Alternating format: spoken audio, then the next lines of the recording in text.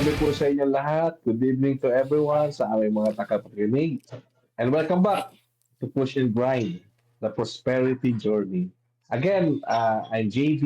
I'm based here in Virginia, USA. I'm happy and I'm glad na magkakasama-sama tayo ulit ngayong gabi for another exciting content and podcast. At ako naman si Linmer, medtech dito sa Arizona, and sa episode 1 na share namin kung paano kami pong lumipat dito sa US. At ngayon sa episode 2 naman gawin nating chill lang yung ano natin ngayon. Parang yung first times. We will be talking about first times. Mga bagong karanasan na talaga namang nakaka-relate sa atin yung mga ibang Filipino na bagong salta pag nasa bagong bansa ka na. Yes. And for tonight's podcast, instead of rigid script, we're gonna just have a genuine conversation. Para smooth lang yung flow. Like friends, sharing our day-to-day discoveries and adjustments.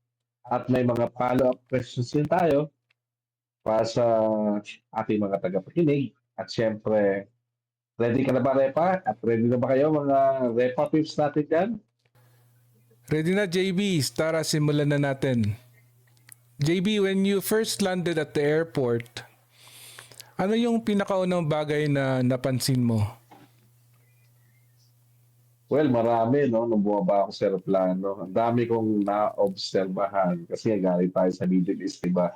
Pero yung unang nakita ko, yung modern airport kasi ano ako nun eh, galing ako nun sa Canada, Montreal, tapos napansin ko na malalaki yung airport kasi sa King Khalid, di ba? Tapos, ang laki ng terminal. Tapos mga digitalized yung signboard. Hindi na siya Arabic, puro English na. Tsaka syempre, of course, no, diverse yung mga tao. So, ano kami noon, kami nila Charmaine tsaka yung kids, sobrang halong kaba tsaka excitement. Tapos I remember, talagang sinubukan namin mga foods doon sa terminal sa North Carolina kasi doon yung ano namin eh, yung landing namin papasok ng USA eh. So talagang sinabi, I remember, I think, sabi ko sa sarili ko, oh, wow, this is the start of our new chapter ng Team Loberia. Oh pare, sa akin naman paglabas ko napansin ko agad yung malamig na hangin. Alam mo yung iba't iba yung feeling. Iba yung feeling ng Uh, ano, yung I came here winter time. mm, Parang December 31st mm, ako dumating dito, and it's really chilly, and I arrived in Denver, Colorado. Ano yun siya, it's a winter the wonderland. season. Winter season, December. And then the first day na dumating ako dito, it's still snowing. Mm, So, and habang naglalakad ako sa terminal, naisip ko kung gaano kalayo na yung narating ko. mm, Parang, exactly. And actually, napapaisip nga ako that time eh. Kasi daming ano, excitement. Tapos parang naisip ko, kahit matagal ako nakapag-abroad, iba't ibang bansa, naisip ko, paano kaya haharapin lahat ng bago? Tapos lahat ng mga, syempre, no? Coming here in the United States, ang daming isipin, mga documents, processing, at saka syempre, bagong culture na naman. Siyempre, ibang culture na naman din sa Amerika. Parang, okay, time to get real. Naging malalim talaga yung initial experience. Talagang, kahit malalim yun, nakapag-vlog pa rin ako daw para lahat makapture ko yung moment. talagang vloggerist talaga. At this first step, you really realize na ano, wala nang balikan to. It's all about Mm, embracing what's to come. Speaking of mm, which, let's talk about our first day experiences dito sa Amerika. mm. JB, paano ba sinimulan yung unang araw mo dito? Ano yung mga priorities mo? Dami. Hindi ko malaman kung ano pa priority ko, no?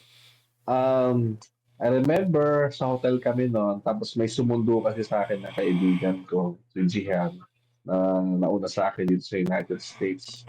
So, syempre, ang agad kong inisip, communication. Kasi syempre, di ba, bagong bansa. So, kailangan ko agad kumahat ng SIM card para makapag-connect. Alam mo, kailangan talaga yung ano, internet din eh. Siyempre, di ba, para mapasama-sama mo sa family mo na, okay, we arrive here safe. Saka siyempre, contact mo sa agent na magsusundo sa'yo dito.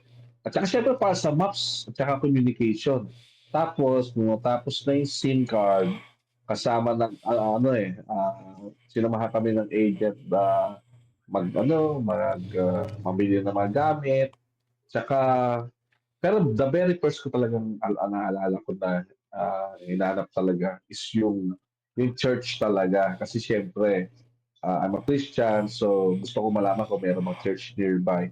At ano naman good thing, God's grace, nakita kagad ako ng church ko. Tsaka that time din, yung hotel may libreng breakfast, I remember, tapos may libreng meal din, dinner. So kahit simple lang naman yung mga pagkain doon sa hotel na yon, sobrang comforting. Kasi talaga nakakapagod, sobra. Kasi long flight na to. Actually, hindi naman long flight. Nakakapagod dahil napakarami ko palang bitbitin. Para sa akin naman, after nung dumating ako dito, I was sinundo kasi ako ng kaibigan ko sa ano, yung kasamahan ko dati sa Saudi, sa Dammam pa ako. So Mm. sinundo niya ako, then we had dinner. Uh, first restaurant na na-try ko dito is Texas Roadhouse.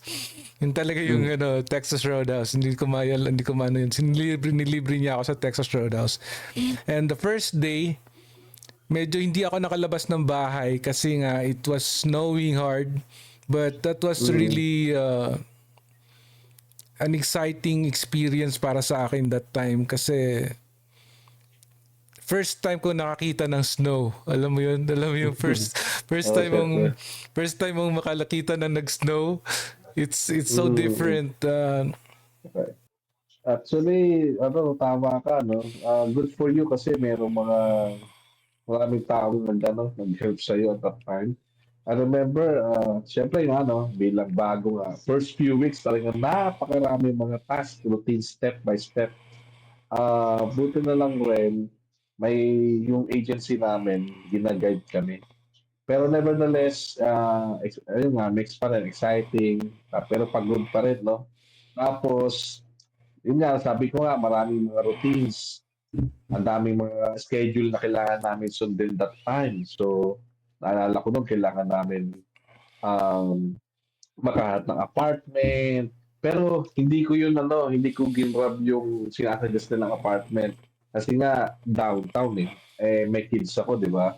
So, I rather choose yung apartment na suitable sa amin. So, yun, good thing, pinalo ko yung decision ko.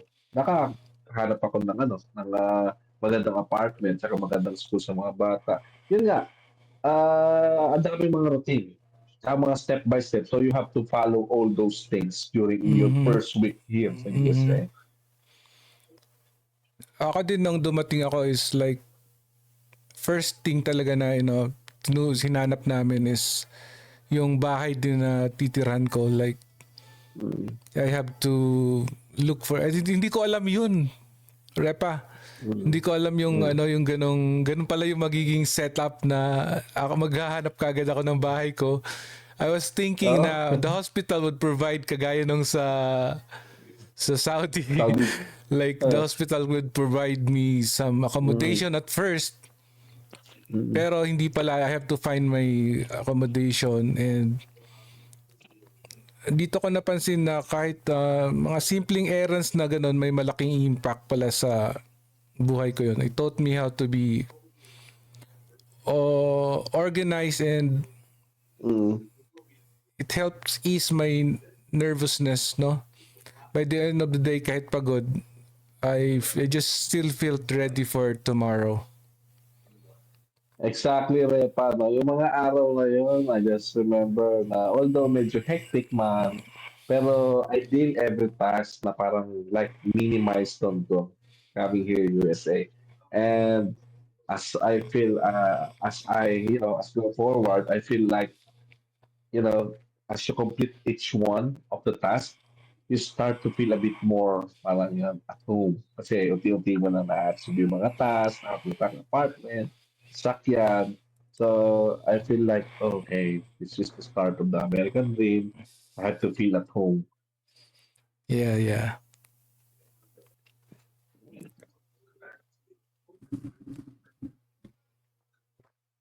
Repa, um, anyway, after a busy day, paano mo naman hinahanap yung, yung comfort zone mo? Okay, let's move on to our big experience. Let's take for example, paggala sa malaking stores here in USA. It's funny because nung unang pumasok ako sa isang malaking store tulad ng Walmart, sobrang dami ko Mm. nakita. It's Walmart is so popular in the US and I've never been to a Walmart before. Although Mm. in Saudi there are some stores pero iba yung feeling pag Walmart eh. Parang isang minimal lang ang store, iba talaga. Napaisip ko paano ka Mm. pipili sa dami ng pagpipilian. Like Yeah, yeah, exactly. Para sa akin, yung unang beses ko makapunta sa mga big store dito, like Walmart, Target, Costco, parang na-overwhelm ako sa laki ng mga aisle nila, di ba? yeah. At saka ang dami mga talaga, parang kumpleto na talaga siya. Kumbaga, ang hirap niyang, at first, yung shopping experience mo ang hirap kasi hindi mo alam kung saan hahanapin. Then later on, malaman mo may app pala, pero sumo lang nalaman yun. So you have to check aisle by aisle. Tapos may mga section doon na parang puro mga mga pagkain, di ba? Mhm. Mga gamit sa bahay. Kumbaga, segregated siya, properly segregated siya. Tsaka parang feeling ko napakamura lang. At saka different brands you can see there sa Walmart. Kaya nakakatawang isipin na sobrang challenging pumili, like I said, talagang sa sobrang, actually mura rin eh. Cheap siya, pangmasa. Saka na doon lahat, laruan, gifts, gamit sa bahay, kumpleto. At di lang yan yung self yung ano tawag doon, self checkout process sa una nakaka-pressure talaga eh. Para tapos Mm, natutunan ko naman maglista ng mga bilihin para hindi ka na mag-impulse mm, buy. mm. It's all part of adapting to a new consumer culture, you know? Yes, I agree. 100%. Kasi Repa, no, planning ahead is really essential here in Amerika. Kasi I realize na when you are in the big store, like yung mga na-mention natin, you need to have a list already, a clear idea what you really need. Or else, ako, nangyayari sa akin, although sinabi ko, no, but baga, ako mismo, pag sa Walmart ako, pag may nakita akong ganito, kuha ako. Kaya you have to remove those distraction or else mapapagastos ka talaga. Wala na sa budget mo yung mabibili mo. So it's a practical lesson sa pagiging organized. Dapat you have to have your clear idea, your list of grocery, kung ano lang bibili mo.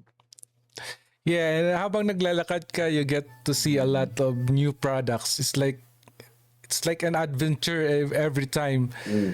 Na kahit simple lang ang shopping, you're learning a lot about local habits, you know? And even the pricing. Kasi Mm. minsan naglalakad ka lang, kuha ka ng kuha, makita mo na lang puno na yung cart mo, di ba? So, Mm. it definitely set me on a path to be more mindful sa gastos, you know? Mm.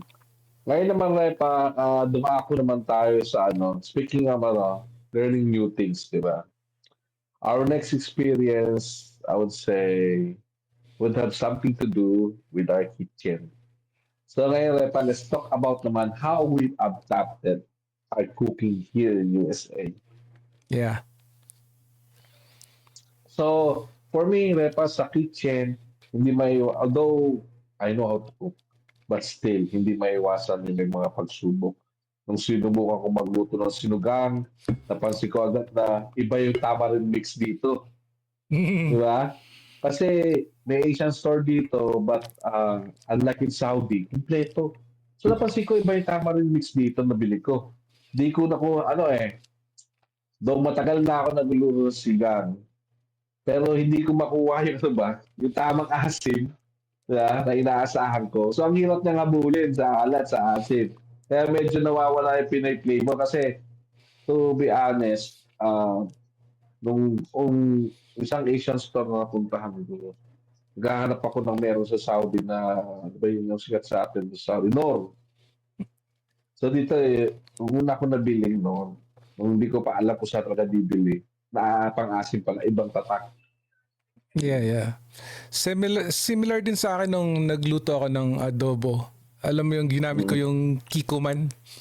Kikuman na Hindi ko ba, akala ko sapat na yung nabili ko na yun pero ibang lasa pala naging malaking aral sa akin na kailangan mong hanapin talaga yung authentic ingredients para ma-achieve mo yung tamang lasa. yes. Yeah. Tama ka dyan, Paano. And sabi nga as you keep experimenting, you start to realize na, yeah, still a process, though alam mo na magluto ng mga ganun, parang 1,000 million types na ginagamit, I mean, ginagawa, niluto, but still, it's a process. Hindi agad, kumbaga, perfecto yung bawat dish, but every attempt, lagi may learning lesson, di ba? Gives you a better understanding kung paano mo i-adjust yung recipe. So, kumbaga, it's a learning experience pa rin talaga. Exactly. And it's also a bonding experience pag nakipag-share ka sa mga kababayan mo tungkol sa recipes. May Mm. mga tips ka talaga na hindi mo talaga matutunan na sa ano lang sa mga stores at hindi mo basta-basta mabibili sa stores yung mga Mm. recipes tips ng mga kababayan natin kasi alam na nila yung mga in and out pagdating sa pagluluto dito sa US, especially na very ano yung ano natin mga ingredients dito. Hirap maghanap dito kahit Mm. yung malunggay, yung yung At ang mahal. yung ano yung tawag doon yung alam mo yung tanglad. Yeah, yeah. Hirap harapin ng mga ganun. Kahit sili nga lang na labuyo, ang hirap harapin, di ba? Mm. Yeah. Actually, may mga state na iba na totally ang hirap hanapin ng mga Asian goods o kaya Filipino goods. So good thing dito, may nakita kami dito, as time goes by, meron pala dito mga Filipino store na mabibili mo na yung mga ingredients na meron katulad sa atin. At saka about naman doon sa cooking, no? Lagi ako nanonood ng Panlasang Pinoy eh. Tsaka, nag-ano ako, kumbaga, gusto ko minsan din, i-innovate ko ba yung luto ko ba? Baga sa adobo, ayoko lang, panang lasa ko lang ba? So, every cooking experience, sabi nga, ay kabisado mo na, still, you have a tendency to fail. But even it fails, it's part of a learning curve. Diba? Kasi it builds resilience and yes, it pushes us to improve. At saka bago naman panlasa kay misis at sa mga bata para hindi lang yung typical na adobo kung ba o kaya sinigang mo titikman nila. May pagka ano na may parang halong American style adobo. Parang ganun Yeah. ba? Mm-hmm. Now, let's move on naman to another major adjustment. Yung ano naman, syempre, no, parehas tayo nasa four season. Four season din yan, di ba? Yeah, So, syempre naman, winter, summer, and fall. Ano ba yun? dito rin sa Virginia, Winter, spring, summer, and fall. nasa kanta lang eh. No? Pero ngayon, paano naman natin yung adjustment natin pagharap sa winter? Yan. Okay, no? Okay. Actually, dito sa Virginia, na though I came from Montreal, so ibang experience naman sa akin. No? Dahil sa Montreal, harsh ang winter, long winter, tapos chunks of snow. So yung dito naman sa Virginia, naranasan ko naman yung light winter naman kasi galing ako sa harsh eh. So parang nakatulong sa akin yung experience ko nung nasa Montreal ako na maka-adjust dito kahit paano. At saka kung ikaw excited, ako naman parang hindi na gano'n ka-excited. Parang gusto ko lang siya nakikita, 'di ba? Pero kasi galing nga ako sa sobrang snow na country, 'di ba? But still, it never fails to amaze me, yung snow, 'di ba? Eh syempre, 'di ba, pag nakita mo crystallizing, tapos soft, tapos parang gusto mo higaan, parang akala mo lagi malinis eh, no? And then I remember stepping outside and yung feeling ng may snow ba, 'di ba? Na parang nakakatuwang isipin kasi nasa States ka and it reminds you na parang every breath, it is a reminder na, oh wow, kasi coming from Saudi, di ba? Ano doon? Dust, sandstorm, di ba? Di ba? Sandstorm. So dito naman, okay, whole new climate. Meron tayo ditong snow. So, ang ganda, ang sarap talaga sa experience. Lagi tignan na may snow ba. Sa akin naman kahit sa Arizona hindi sobrang malamig. Pero pag nung pumupunta ako sa northern areas, nakaka-experience na ako ng real winter. Like in Mm-hmm. Flagstaff, Arizona, may ano nga doon eh, may parang tawag doon yung parang skate, skiing? Uh, Skiing, ski resort, yung parang ganun. mm, So, I still experience na kailangan baguhin yung wardrobe, mga bagong uh, jackets, even though yeah. once in a lifetime ko lang susuot pag pumunta lang ako sa mga ganung ano. Although dito sa amin, nag-snow din once a year, minsan, but it doesn't really go that thick. Parang ano lang siya, ilang Mm, inch lang. And it mm, melted so fast. So it was all about learning how to protect yourself from cold talaga. yeah. Hindi lang yun. Driving during snow, kailangan cautious ka kasi sa pag-drive sa icy roads, kailangan mo talaga mag-ingat. Especially sa Virginia, hindi sila nag-require ng, ano tawag dito, winter tire. All lang dito eh, all weather tire lang eh. Yeah? So, dahil doon, syempre, coming from home, going to work, syempre, adjust mo yung speed mo. Kung 55 miles per hour yan, ay hindi ka dapat tumakbo ng gano'n during lalo na pagka wala pang clearing operation, kailangan I had to adjust my speed and driving habits. Hindi pa pwedeng 55 ka rin, okay, may plus 10 pa. Diba?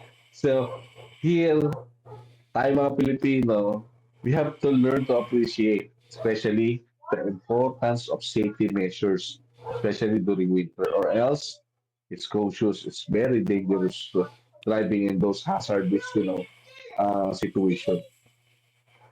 Right. Minsan kasi every mistake will teach us a valuable lesson eh. We Mm, can learn to be patient and even in conditions that we never experienced before, it's a challenge, but mm, it could build resilience in our part. yeah, definitely, definitely. Actually, um, I would say embracing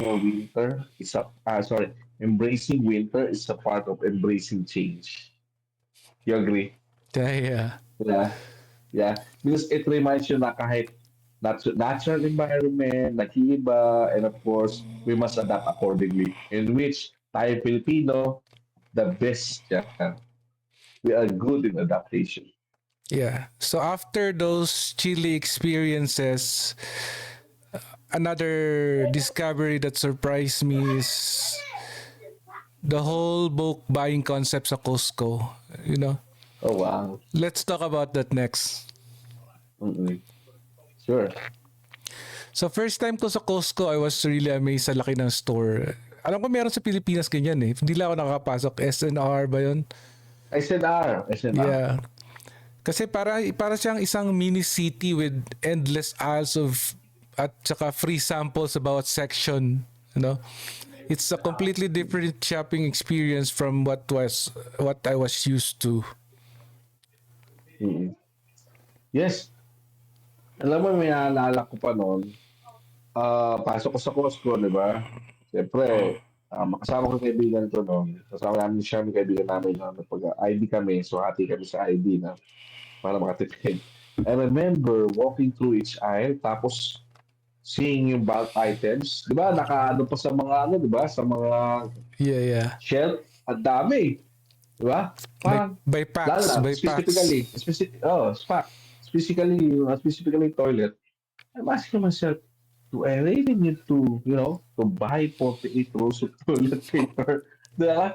It was, talagang overwhelming, impressive, kasi talaga, ang dami pagpipilian din. Yeah, yeah, that's when I realized na planning is really crucial. If you're not careful, you might end up buying too much, which can be a problem, especially if you're living in a small space. So it really taught me to stick to a shopping list.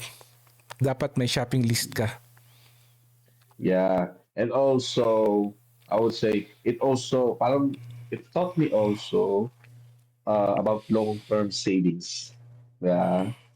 Kasi bulk buying can be cost-effective rather than buying isa, dalawa, tatlo. Mm-hmm. Ang laki naman ng tipid natin eh. Pag nag-bulk buying tayo, di ba? Yeah. And pero only if you really need the products, di ba? Like ako, ano bulk buying na ginibili ko? Roll-on. Ang laking tipid. Kasi Toothpaste. 12 pieces mura eh. Pag per piece, mahal yun. And also, I think it's a lesson in consumer habits and also discipline. Yeah. Exactly. And every visit natin, it's a reminder na even simple daily routines extend into the way you manage your household. It's Mm. all part of adapting to a new lifestyle, you know. Mm. Okay. Now that we've covered the practical aspect, let's shift a bit more to emotional naman tayo. The drama-drama tayo dito. Emo tayo ngayon, emo. Emotional. So, ayan. 100 million question. $1 million question. How did we cope with homesickness? Considering na meron tayong mga experience na abroad So ako, yung unang linggo ko, ah, kasi I would say homesickness is real. Totoo pa rin. Kahit na matagal ka na nag-abroad, nandiyan pa rin talaga si homesick. Kasi makita mo sa Facebook, family mo, saya. I came here June. So, sa Pampanga, may fiesta. So, makita mo silang saya, alam mo yung activity ng fiesta, di ba? Maraming tao, pagkain. So, nakaka-homesick yun. Di ba? So, for me, para lang ma-ease yung homesickness, buti na lang may mga meron na tayo mga video call ng FB, di ba? Yeah. Ngayon, It helps. It baka helps. makakausap natin yung mga family natin, friends natin, back home. Ito, very, very essential talaga. And I think it gives me a sense of comfort knowing na kahit nasa ibang bansa ka, still you have a opportunity to be still connected lalo na sa mga relatives mo sa Pinas, saan man sa sulok ng mundo. Yes, when I came here, I came alone. Mag-isa lang ako dito. Mm. Hindi ko kasama yung family ko. So, it also, parang homesickness is, sabi mo nga, is real talaga. As in, Mm. mafe-feel mo talaga yung mag-isa ka sa bahay, tapos at night wala kang kasama. And you're right kasi alam natin na may Zoom, hindi pa uso yung Zoom nun, Skype, Mm. Skype at saka Facebook. And I That time's also, like, yeah, I also make an effort to cook a few Pinoy dishes at home kahit na hindi siya perfect. It always bring back memories at home and it makes the new environment more familiar. Yeah. And I think one more thing is yung connection mo ba? Makikonnect ka ba dito sa community? Kaya ako, I joined the local Filipino communities because it's really helping. You know? Kasi actually dito nakakatuwa ako kasi they're very approachable. Di ba? Nung nakapag-search ako, nakita ko, oh, Filipino community. So they are, they're very interested sa'yo, tulong sa'yo sa apartment. Siyempre, that time, nag-gather pa ako ng mga gamit. So, tutulungan ka mag-move. So, nakakatuwa. At saka naman, um, there's a certain warmth in meeting people. Diba?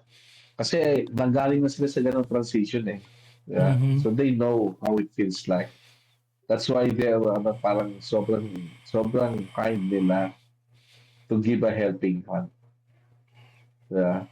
Tapos parang we understand your struggle and your joy. Yun ba? Parang kaya they're helping because they understand their struggle and then also your joy. Yeah.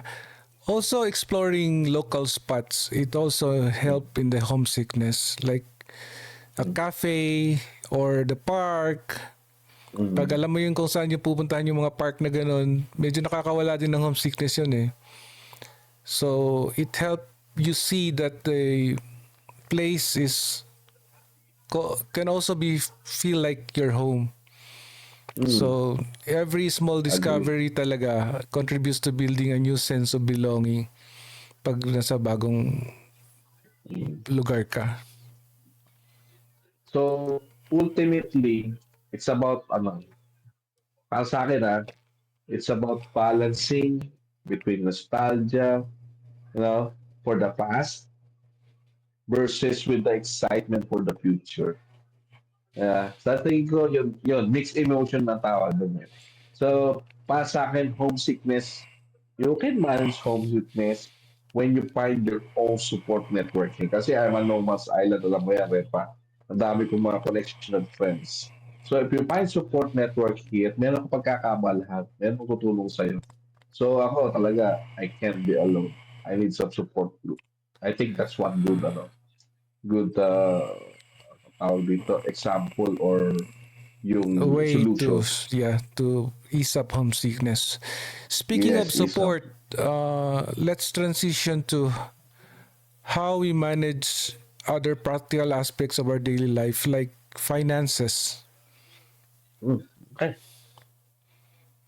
Kasi very important dito yung while we are in the US, we must track of our expenses, no?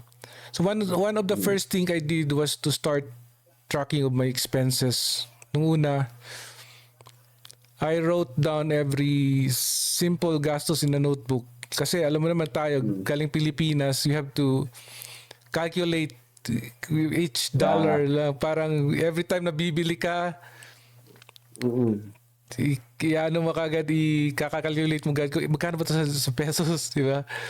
yeah. So, writing down every single expenses in a notebook, then it helped me see exactly where my money was going. Mm. Actually, Repa, dito ko lang sa America na experience, no? Kasi sa Saudi, di mo naman iniisip yung budgeting. Yeah? Kasi nga, Wala kang mga binabayarang mura bahay. bilihin, walang tax, di ba? Pero Wala kang dito, bayad sa bahay. to, dito to be honest, you need to. You need to have a list of it. Actually, I use even an app and even a sheets. Alam mo yung Google Sheets? Mhm. Yeah? Diyan ko nililista lahat ng mga expenses ko, budgeting ko. Para at least malaman ko, di ba? Kung ano yung mga bagay na pwede kong bawasan. Di ba? Kasi kung hindi ko gagawin yan, ah, baka mag-negative ako. I was surprised sa mga maliliit na mga gastos. Like ano ba mga maliit na gastos ko? Kasi ako mahilig ako mag-temu. Kaya Di mo, ba? Shin. Yeah. So, pagka lagi ako nag-temu, though mura yun, di ba? Mga $5, $5 yun eh. Minsan, di ba? Mhm. Kasi tingin mo marami kasi mga essential na bagay na mabibili. Napansin ko, it adds up over time. So, makakabawas sa ano, kumbaga nakakadagdag sa expenses ko. Malalaman ko na lang at the end of the day. Yeah, it's adding up over time, especially. Yeah. And aside from writing those expenses, after that, I set a small saving goal each month. Mm, Kahit maliit lang, it's a start. It give me the mm, discipline to eventually build an emergency fund. Alam mo yun? mm. Yeah, that's right. No? Itong this simple step Mhm. may seem basic sa'yo, sa lahat ng mga yun sa US, but they are so essential for long-term financial stability. Alam ko lahat ng manonood natin mag-a-agree dito. Yeah, yes. Kasi we're not just receiving salary and then spend. We should be financially, ano kumbaga, you should monitor all your financial expenses here. Di ba? Because at the end of the day, it's all about creating good habits early on. Yes, yes. And talking about our listeners, shout out nga pala dun sa mga sa mga nakinig ng first episode natin. I Ah, saw yeah, maraming salamat. I saw Cerces and Greg Ah, really? leave a comment on they're saying congrats daw sa first episode natin. Oh, So thank you, like, thank you. shout out to Jober, not to Jober, shout out to Cerces and Greg. Thanks Yeah. for Ayan, mga the kaibigan natin message. sa Saudi yan eh. Yeah, they could relate. So Mm, back to our topic about finances. While we're not diving into major investments yet, these practices na ginagawa natin lay the groundwork for mm, future opportunities. No, it's subtle, but it could be part of an important part. It could be an important part of our journey here in the US. You know. yeah, totally agree, totally agree. Now, because tumalalim na usapan natin, no? Now, building on that idea, okay, of exploring opportunities, okay, let's discuss naman yung possibility of side hustle here in the United States. Di ba? Exciting na rin, di ba? Possibility of side hustles. Yan, no? That's very exciting topic pagdating sa finances talaga yung side hustles, you know. Yeah. Because coming here in USA, of course, now we are three immigrants. So we came here because of our profession, like you as medical technologists, and like me as a nursing. And sometimes I find myself wondering, what if I could channel a little extra energy, you know, into a side hustle? Di ba? Lagi ako, lalo pag nag-iisa ako dito, I'm thinking, ano kaya magagawa ko? Kasi sabi nila, America is a land of the milk of honey, a land of opportunity. Di ba? So I'm thinking of what extra energy that I can do, to put into a side hustle. Not something that, would disrupt my main job. Di ba? But a small venture, at least, that might help supplement another stream of income. Yes, yes, I get that too. Um, I mainly focus on getting my daily routine solid right now. Mm, Pero occasionally, I think, what if I can do a little extra on the side? mm, It's not a huge leap. It's just exploring possibilities once you are more stable. You know. mm. Well, sabi nga nila dito America is for entrepreneurship. Ang dami nagbi-business daw dito sa Amerika. But still, thinking of side hustle, I would say na parang it's like a big experiment. You try something small, There are different side hustle. Try something small. Maybe selling something online, di ba? Kung saan ka ano, kung nag-edge. Or kaya offering a service and see how it goes. Di ba? It doesn't have to be you know, full-blown business right away. Kasi syempre, business, you should think of it. Every single thing of it. Exactly. Uh, Actually, I tried side hustles like selling shirts online. It May it's side hustle ka. yeah, I made some shirts online, and it's not yet really, it's not really that good, but Mm, I tried. mm, So the idea is to keep an open mind. Alam mo yun? mm. Because Yeah. every extra effort, no matter how small, could eventually add up. It's part of the overall discipline we build through our daily routines. Yung mga ganong bagay. Umpisa ka sa maliit, then it could eventually grow. Go big.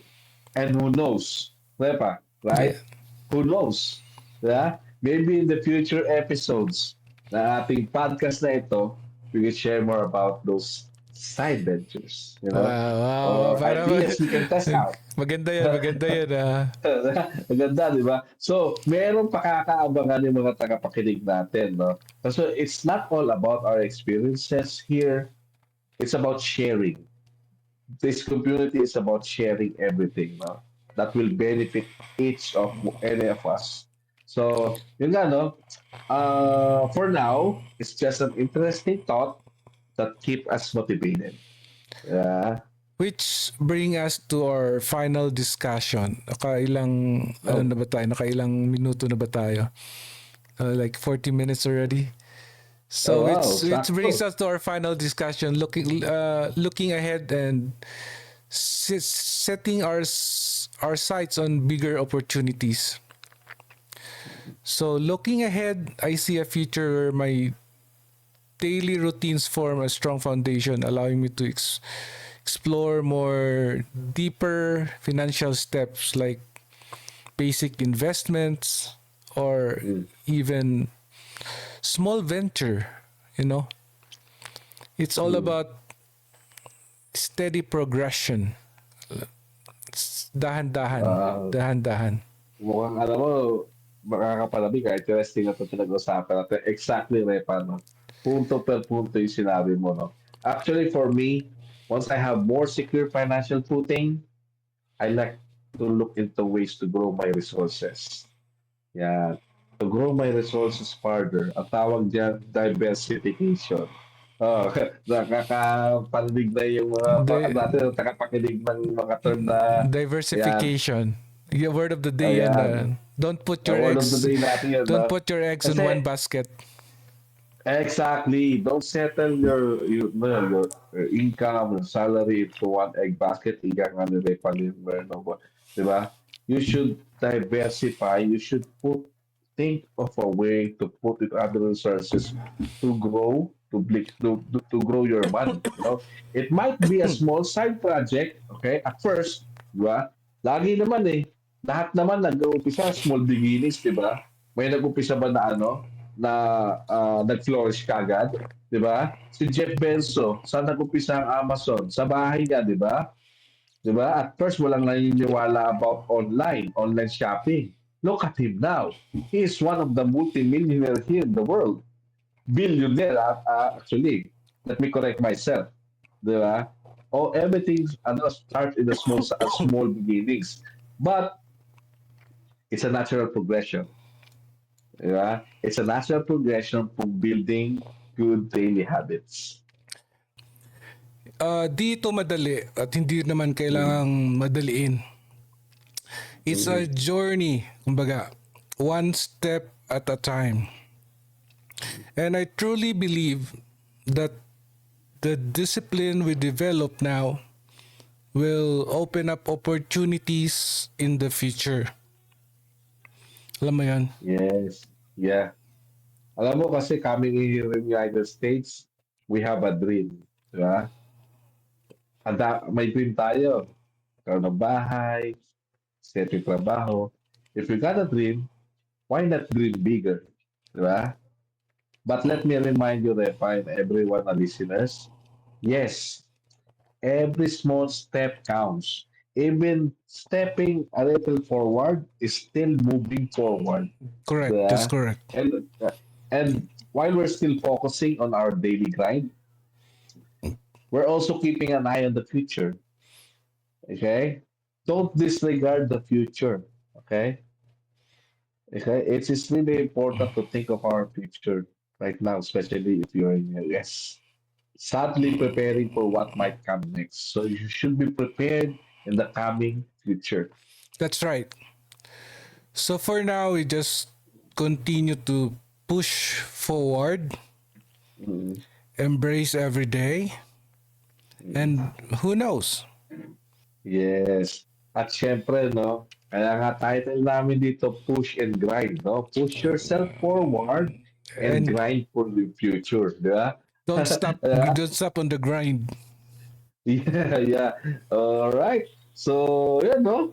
Natapos na naman yung napakagandang podcast natin at iniwanan natin sila ng magandang, ano, no? Magandang, kumbaga, nakaka-inspire, nakaka-motivate na topic na naman.